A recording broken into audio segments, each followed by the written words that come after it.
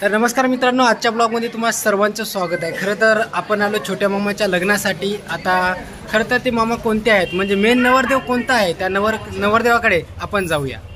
भावांनो, नवरदेव म्हणलं की कसा हास्य आलं भावांनो तोंडावर। बघा की मामाच्या हे नवरदेव आहेत बघा। आज हळदीचा कार्यक्रम आणि उद्या यांचं लग्न आहे। तर नमस्कार मित्रांनो, तुम्हाला तर माहितीच आहे तेलंगणामध्ये कशा प्रकारे लग्नाचा कार्यक्रम राहतो। आज आहे हळदी मामाची आणि हळदीचा कार्यक्रम कशा प्रकारचा राहतो तो आपण आज या व्हिडिओच्या माध्यमातून पाहणार आहोत। तर मग आज आपण पाहूया आज हळदीचा कार्यक्रम कशा प्रकारे केलेला आहे। मित्रांनो, हळदीच्या कार्यक्रमाला थोड्याच वेळात सुरुवात होणार आहे आणि त्याबद्दल आता डेकोरेशन पाठीमागं सजवलेलं आहे आणि कशा प्रकारचं आहे ते माझ्या मामाची मुलगी तुम्हाला दाखवणार आहे। चला तर मग आपण पाहूया।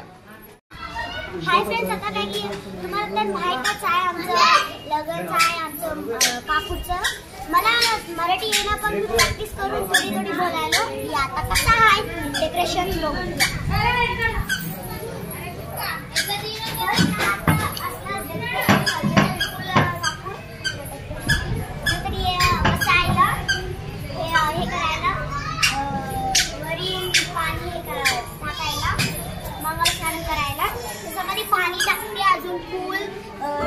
कोणतं फूल टाकतं म्हणजे चामंती आणि रोज चांगलं फूल टाकून चांगलं आता एक काय थोडी पाणी टाकावं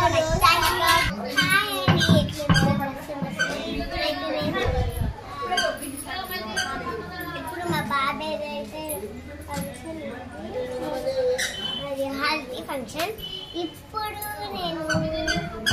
माझ्या मामाच्या मुलीने तुम्हाला तर सांगितलेलंच आहे डेकोरेशनची माहिती, कशा प्रकारचं डेकोरेशन आहे। तर भावांनो, या ठिकाणी पहा पाण्यामध्ये फुलं टाकणं चालू। अरे भावांनो, डेकोरेशनची तयारी एकदम जबरदस्त अशा प्रकारे चालू होती। त्याच्यानंतर भावांनो, मामापाशी सोयरा आला। मामा म्हणले त्या सोयऱ्याला मला हळद लावू दे म्हणले आणि पूर्ण हळद त्या सोयऱ्याला मामानं लावून टाकली। नाही म्हणताना लावून टाकली भावांनो आणि पुन्हा मामा तिथून दुसरीकडे गेली। त्याच्यानंतर पहा भावांनो, ताई आली।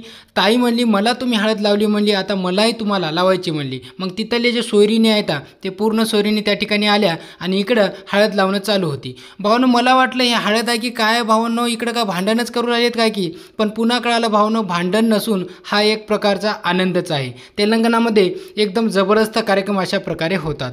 त्याच्यानंतर भावांनो, मी काय केलो, इकडं फोटोशूट चालू होता तर थोडंसं त्यांचा शूट घेतलो आणि इथं नवरदेव पहा कशा प्रकारे नवरदेवाला हळद लावणं चालू होते। मामा आणि मामी दोघे जण नवरदेवाकडे गेले, नवरदेवाला हळद वगैरे लावली। त्याच्यानंतर फोटोवाला म्हणला थांबा म्हणला जरासे मी फोटो घेतो म्हणला।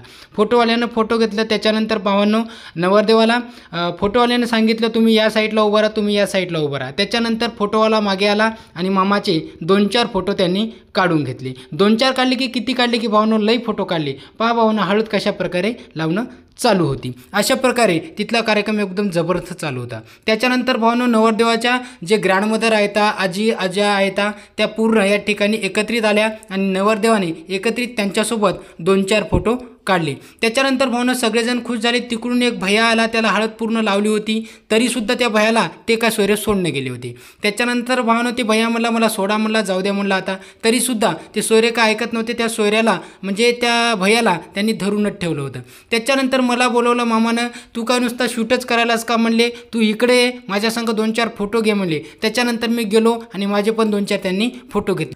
त्यानंतर भावांनो, इकडे सगळे सोयरेधारे एकत्र आले होते। तुम्हाला तर माहीतच आहे, ज्या वेळेस एखादा कार्यक्रम आपल्या इथं असतो त्या ठिकाणी सोयरे एकत्रित येतात आणि तोच एक सण असतो भावांनो। ज्या सणाच्या टाईमला किंवा एखादा कार्यक्रम असतो, लग्न वगैरे अशा काही गोष्टी असतात, त्यावेळेस सोयरे एकत्रित येतात आणि त्यावेळेस होणारा आनंद काही वेगळाच असतो।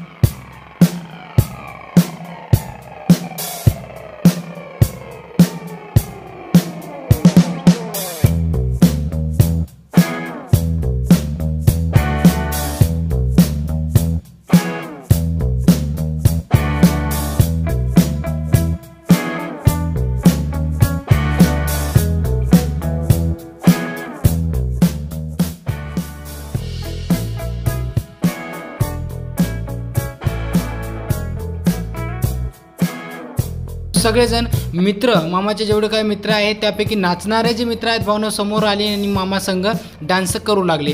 नवरदेव बघा की भावनो, नवरदेव म्हणजे माझा मामाच आहे भावनो. ते तर बघा की डोळ्याला चष्मा लावून लयच भारी डान्स करू लागले. मला नाच म्हणून फोर्स केल्याच्या नंतर भावनो मला काय कळत नव्हतं मी, कारण आतापर्यंत काय नाचलो नव्हतो. तर थोडं नाच म्हणल्याच्या नंतर मी म्हणलो नाचतो म्हणलो, याच्यानंतरच्या गाण्यावर डान्स करतो म्हणलो आणि तोपर्यंत तुम्ही डान्स करा म्हणलो.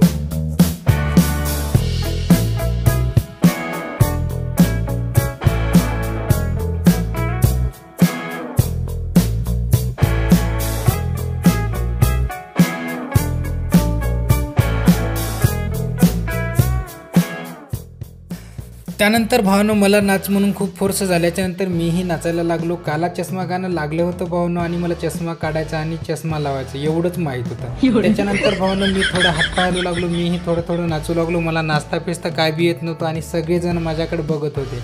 म्हणून भावनो कसं का होईना म्हणलो तुमच्यासाठी भावनो नाचायला गेलो आणि नाचू लागलो. भावनो हा जर व्हिडिओ तुम्हाला आवडला असेल तर व्हिडिओला लाईक करा आणि एक कमेंट करा.